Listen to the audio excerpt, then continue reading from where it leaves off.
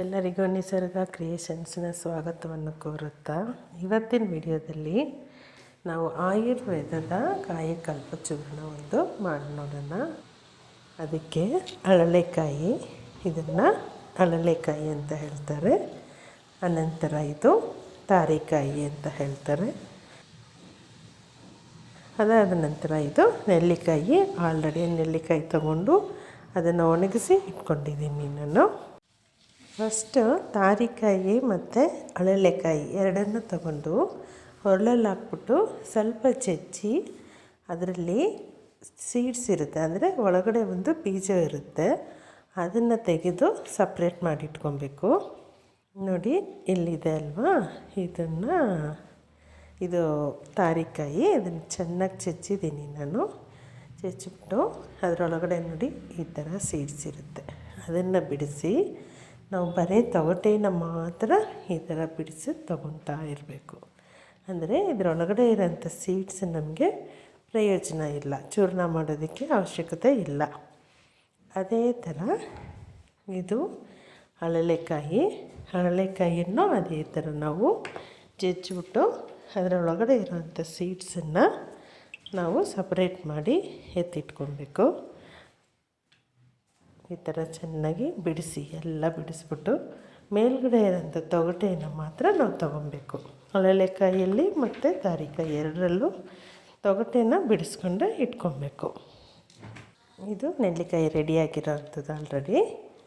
ಈಗ ನಾವು ಇದು ಮೂರನ್ನು ಸಮ ಪ್ರಮಾಣದಲ್ಲಿ ಅಳತೆ ಮಾಡಿ ತೊಗೊಬೇಕು. ಅಂದರೆ 50 ಗ್ರಾಮ್ ಅಂತಂದರೆ ಮೂರನ್ನು 50 ಗ್ರಾಮ್ ತೊಗೊಬೇಕು. ಅಳಲೆಕಾಯಿ 50 ಗ್ರಾಮ್ ಮತ್ತು ತಾರೆಕಾಯಿ 50 ಗ್ರಾಮು, ನೆಲ್ಲಿಕಾಯಿ 50 ಗ್ರಾಮ್, ಆ ಥರ ಮೂರನ್ನು ಸಮ ಪ್ರಮಾಣದಲ್ಲಿ ತಗೊಂಡು ಅದನ್ನು ಮಿಕ್ಸಿಗೆ ಹಾಕ್ಕೊಂಡು ಚೆನ್ನಾಗಿ ಪುಡಿ ಮಾಡಬೇಕು. ನೋಡಿ ಈಗ ಇದು ಮೂರನ್ನು ನಾನು ಮಿಕ್ಸಿಗೆ ಹಾಕಿಟ್ಕೊಳ್ತೀನಿ. ಇದನ್ನು ಹಾಕಿ ಮತ್ತು ಪೌಡ್ರ್ ಮಾಡಿಬಿಟ್ಟು ತೋರಿಸ್ತೀನಿ.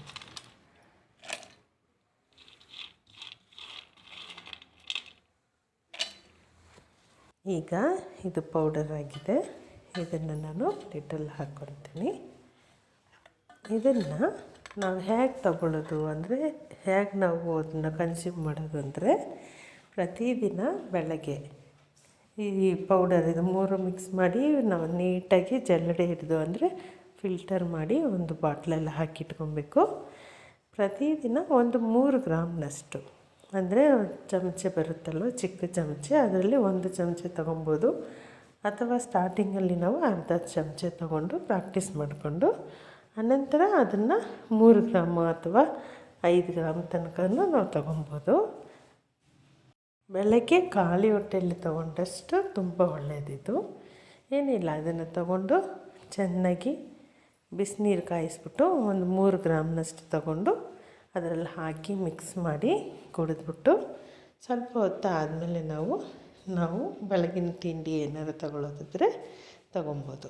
ಅದೇ ಥರನೇ ಸಂಜೆನೂ ನಾವು ಊಟ ಆದ ನಂತರ, ಅಂದರೆ ನಾವು ಮಲಗಕ್ಕೆ ಹೋಗ್ತೀವಲ್ಲ ಬೆಡ್ಗೆ ಹೋಗೋ ಟೈಮಲ್ಲಿ, ಅದು ಬೇಗ ಒಂದು 7 ಗಂಟೆ 8 ಗಂಟೆ ಒಳಗಡೆ ನಾವು ಊಟ ಮಾಡಿಕೊಂಡು ಹಾಫ್ ಆನ್ ಅವರ್ 1 ಅವರ್ ಬಿಟ್ಟು ತೊಗೊಂಡಷ್ಟು ಪ್ರಯೋಜನವಾಗಿರುತ್ತೆ. ಆವಾಗಲೂ ಅಷ್ಟೇ ಒಂದು 2 ಗ್ರಾಮು ಅಥವಾ 3 ಗ್ರಾಮ್ ಅಷ್ಟು ತೊಗೊಂಡು ಬಿಸಿನೀರಲ್ಲಿ ಹಾಕಿ ಚೆನ್ನಾಗಿ ಕಲಿಸಿ ಕುಡಿಬೇಕಾಗುತ್ತೆ. ಎಲ್ಲ ಸೆಲ್ಸನ್ನ ಪ್ಯೂರಿಫೈ ಮಾಡುತ್ತೆ, ಬ್ಲಡ್ ಪ್ಯೂರಿಫಿಕೇಷನ್ಸ್ ಆಗುತ್ತೆ, ನರ ದೌರ್ಬಲ್ಯ, ಟೋಟಲಿ ನಮ್ಮ ಬಾಡಿಯಲ್ಲಿ ಏನೇನು ಸಮಸ್ಯೆಗಳು ಇರುತ್ತೋ ಅದು ಎಲ್ಲನ್ನ ನಿಧಾನವಾಗಿ ಸರಿ ಮಾಡುತ್ತಾ ಹೋಗುತ್ತೆ.